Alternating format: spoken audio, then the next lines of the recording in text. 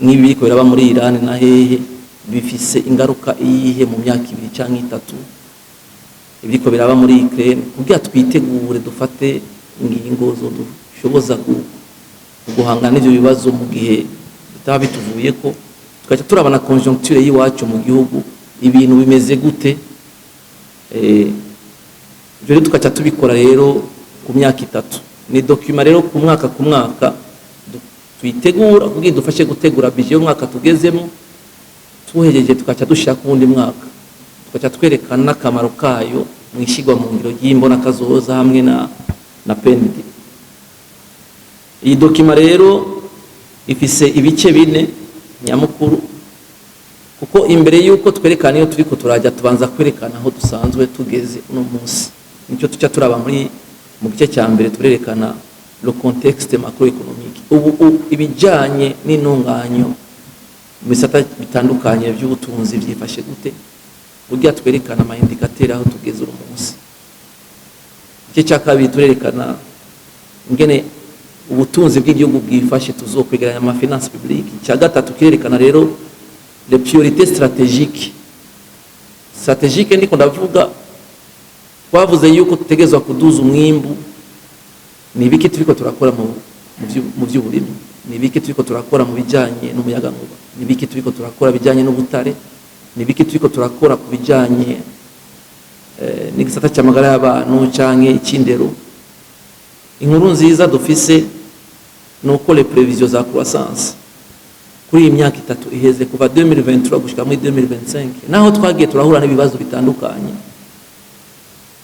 turashoboye gushikana taux de croissance ya 4% kuva 2023 gushika 2025.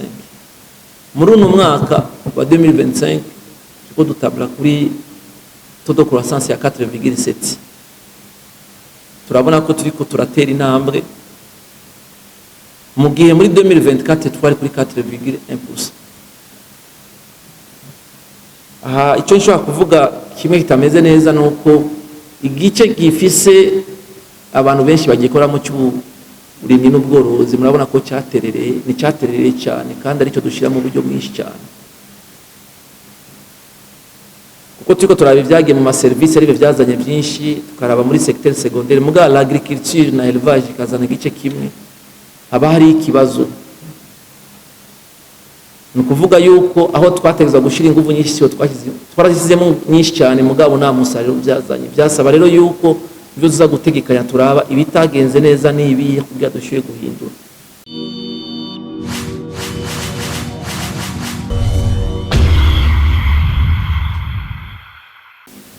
Nkuko mwariko murabaza ati n'ubwa mbere ije gushikirizwa mu nama nshinga amateka akamaro kayo nakahe nuko iza ifise inkomoko mu bwirizwa bisanzwe yerekana ingene dutunganya amafaranga leta ikoresha loi organique relative aux finances publiques le 20 juin 2022 nayo ikaba yarashizweho iza kutwereka ingene twotunganya neza ingene amafaranga akoreshwa ariyo ishiraho cyane cyane ibi bya budget programme mwari mwabivuze neza yuko ubu atari gutanga amafaranga kuko gutanga amafaranga tubanza kwerekana ibikorwa n'akamaro kavyo ku bene gihugu imbere yuko dushobora kugabangana amafaranga twatwegeranije bwa dushoye gushitsa imigambi y'iterambere.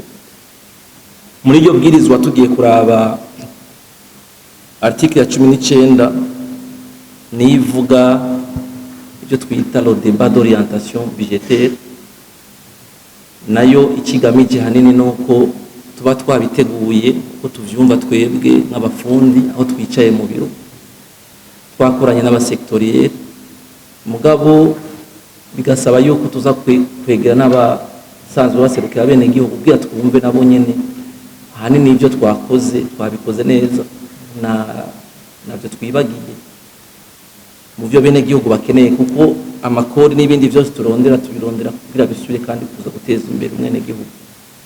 Muri iryo bwirizwa nyene tugiye kuraba article 34 na 37 ziravuga neza ko ino document iba ari annexe ya projet de loi de finance kuko nibanza gukogwa kuko yerekana ibyo tutegekanya gukora mu myaka 3 muga tukerekana n'uburyo ngene tuzobwegeranya muri iyo myaka 3.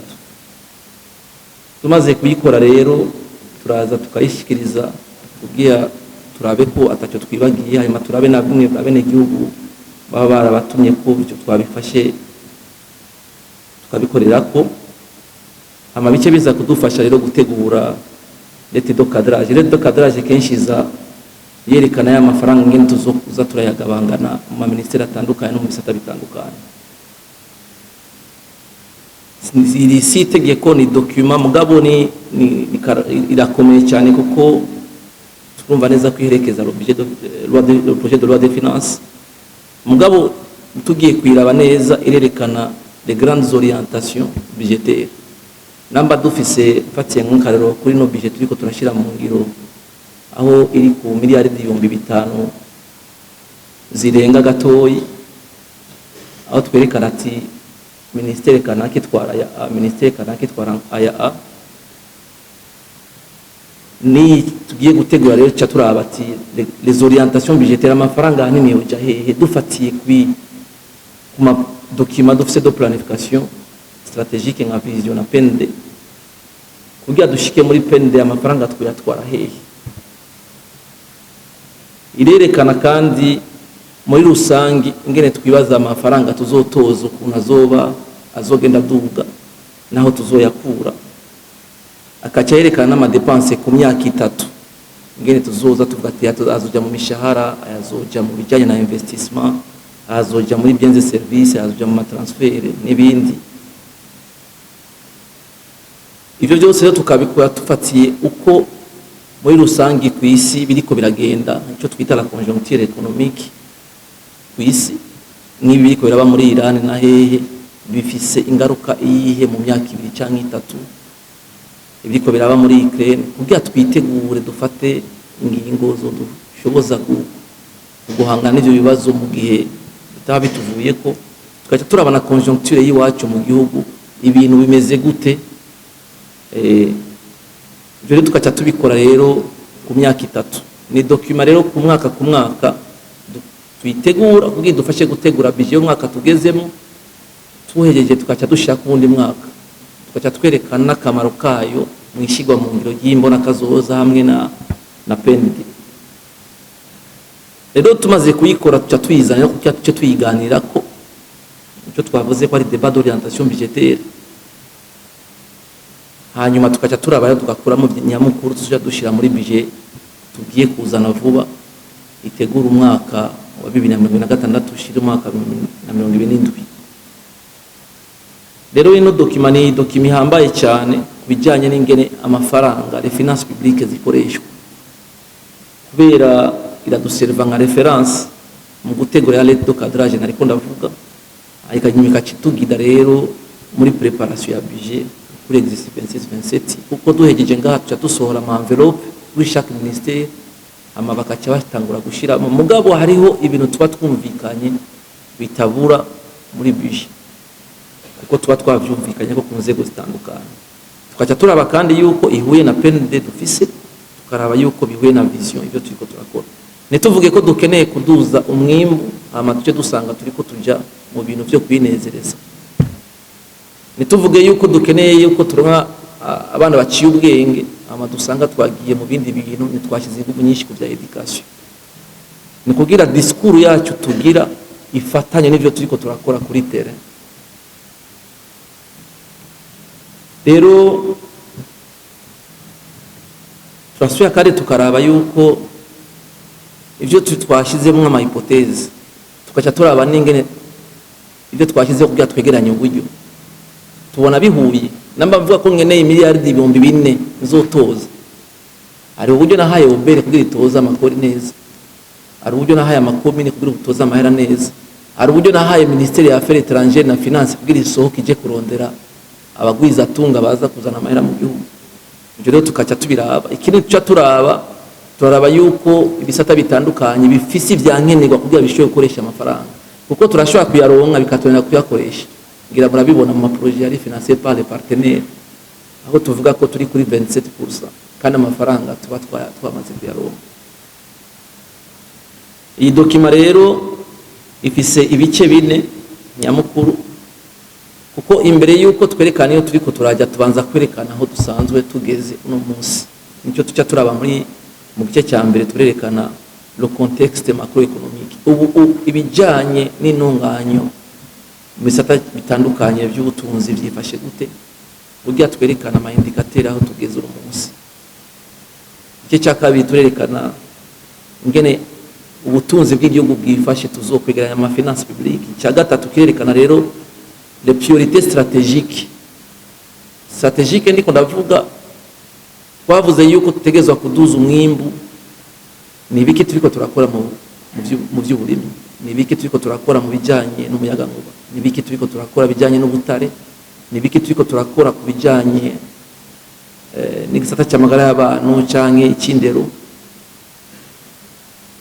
Ayo ma priorité stratégique tuba twayaganiriye muri leta, mugabo tuba dukeneye kuronka n'intererano y'iwanyu kugira turabe yuko byo twakoreye komeze neza. Igice cya nyuma rero kica cerekana la gestion des risques budgétaires, kuko ibyo turashobora kubipanga mugabo tuterekanya ama risque, tuca dushiraho n'ama mesure twofata mu gihe bitagenze nuko twategeza kugira, nabyo nyine turabishiramo.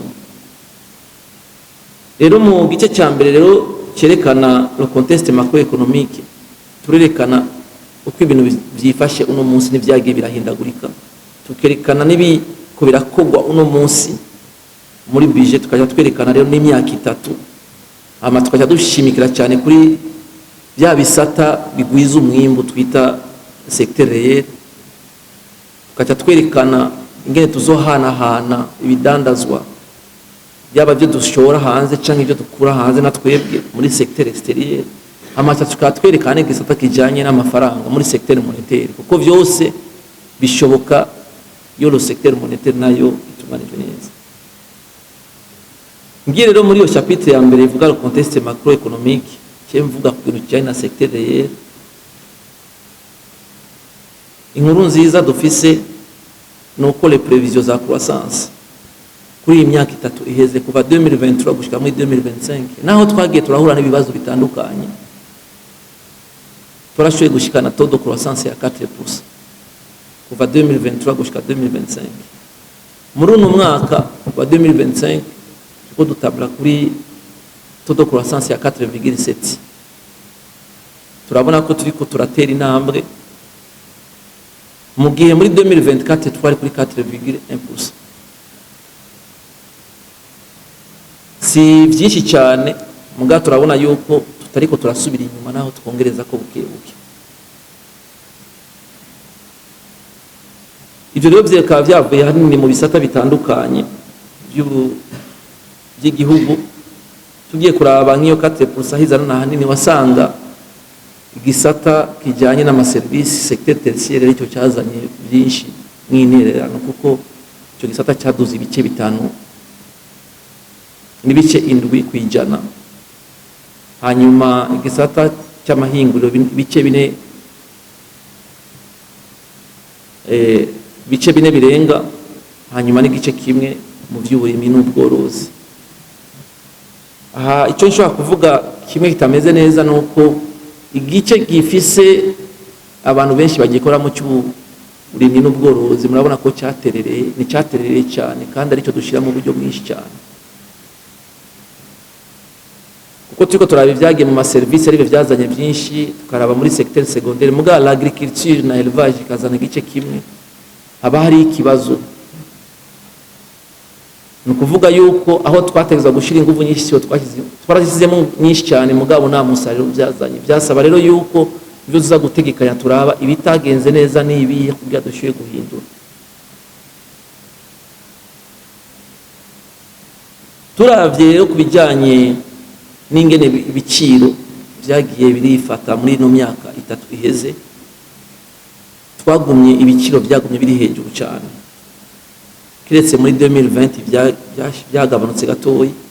Muga turavye nko kuva muri 2021 twari kuri taux de croissance, ibiciro byari byaduze ibice 8 ibice bitatu 8,3%.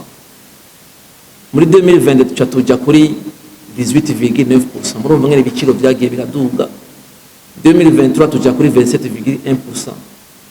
Naho muri 2021 muri 2024 twagabanije gatoyi, ubu muri 2025 turi kuri 30, turi kuri 29%. Turacari hejuru cyane kuko ibyo twemeranije mu karere ngaha muri EAC kirazira yuko ibiciro birenze ibice 8%. Byaraduze, ibyo tuko turakora byose reko kugira turabe yuko ibiciro bigabanuka kuko biragira ingaruka ku buzima bwa bene gihugu mu gihe imishahara itaduze. Tugiye kuraba ibyo guhanahana ibidandazwa byo dushora hanze n'ibyo twe twinjiza, nuko ibyo twinjiza biguma ari byinshi cyane gusumba ibyo twebwe dushora hanze. Ibyo rero bikaca bidusaba cyane cyane yamara mvamakungu nayo nyene tudashobora kuronka mu gihe dushoye cyane.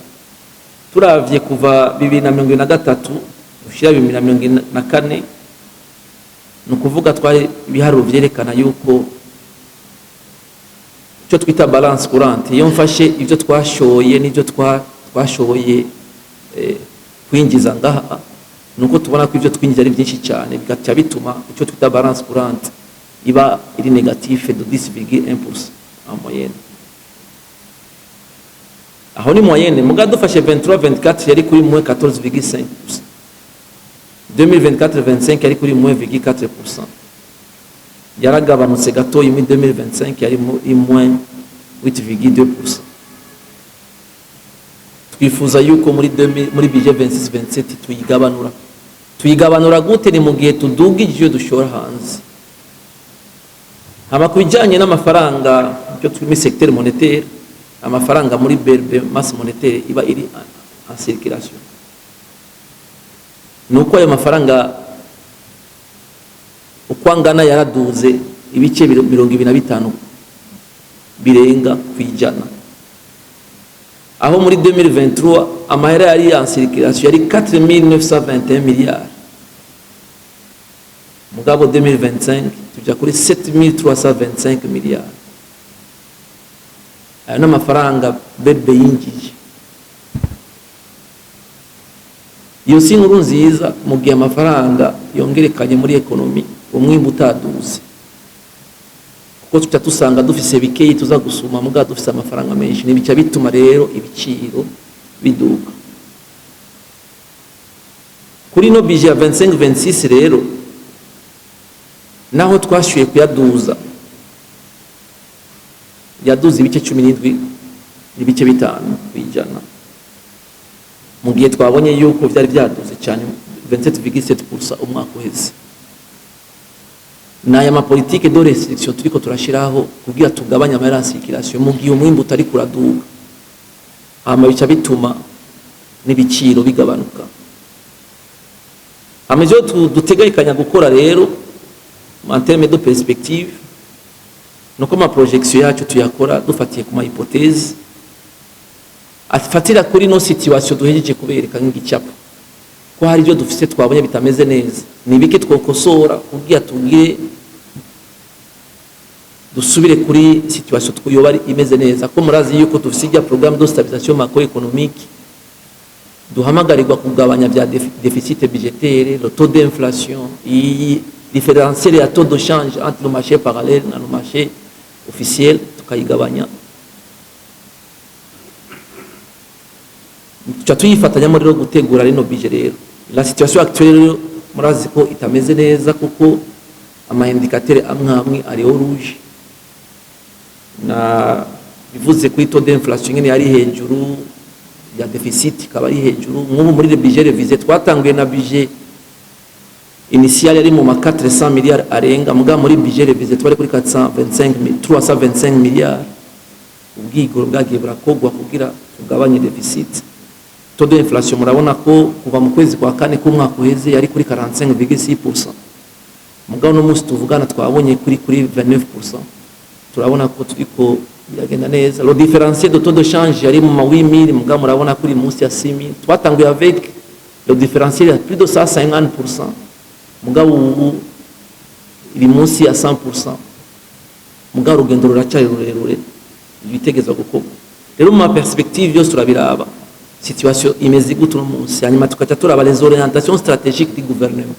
Orientation stratégique do gouvernement uno munsi nuko twifuza ko uburyo bwatororokanijwe bukoreshwa à la base duciye muri ino reforme administrative iriko irakorwa,